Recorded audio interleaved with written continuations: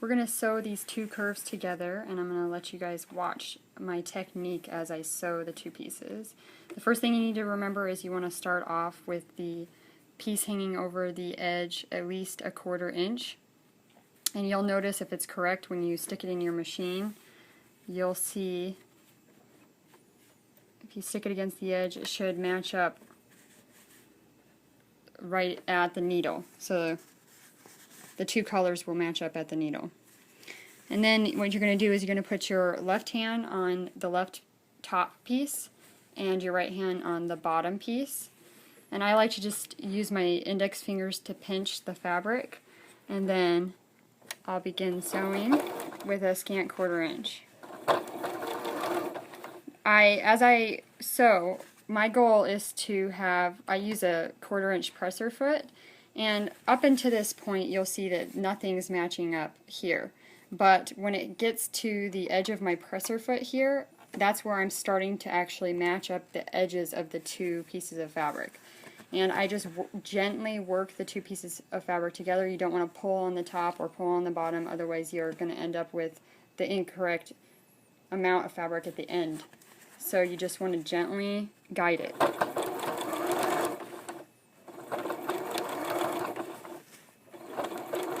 And I stop and go with the machine,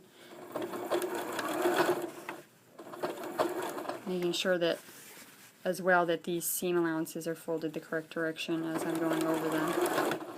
And right now I'm pushing the bottom piece to my left and moving the top piece to my right so that they line up.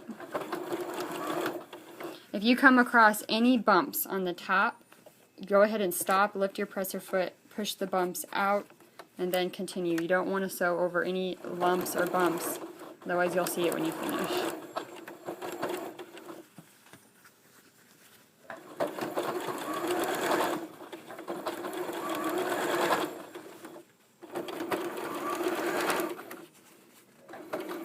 You'll find that the curves that are going inwards towards your left are a little bit harder.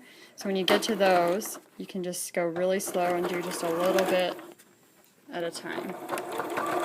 And I'm putting quite a bit of pressure on the top piece right now, pushing it towards the right to get it to go and line up.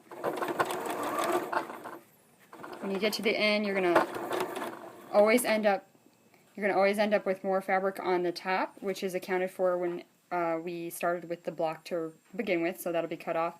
And you're not going to have very much left on the bottom. So I use my index finger. You can use tweezers too, but you want to just make sure you push that hard and don't let it fly out on its own. And then just sew off the edge. And then you're going to press it open and you'll have your curve.